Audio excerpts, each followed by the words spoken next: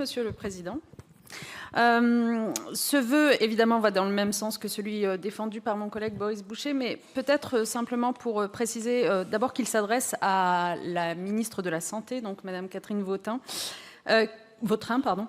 qu'il a vocation, une fois de plus, à passer de ce moment très fort en émotion et en sens qu'a été la constitutionnalisation de l'IVG à un moment de l'effectivité réelle.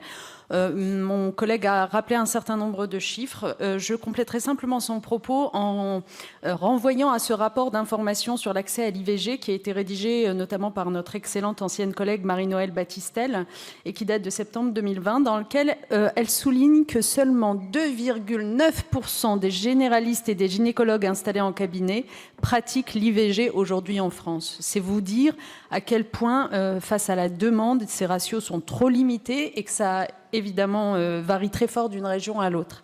Donc ça, il faut notamment dans nos départements, dans notre région, veiller à ce qu'on n'ait pas des décisions qui clairement mettent à mal cet accès à l'IVG, comme la fermeture récente du planning familial de Saint-Étienne, par exemple.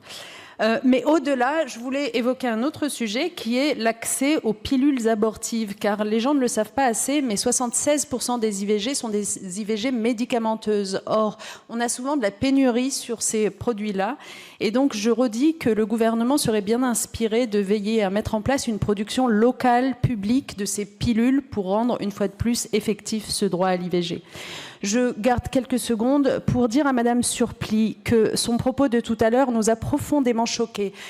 L'entrave à l'IVG est un délit. Dans ce cadre, Madame Surplis, votre intervention, votre parallèle avec les enfants en situation de trisomie, qui visait clairement à culpabiliser les femmes faisant le choix de l'IVG, est une horreur, est passible de condamnation et pas que dans notre discours. Donc merci d'arrêter ce genre de propos insupportables dans cet hémicycle.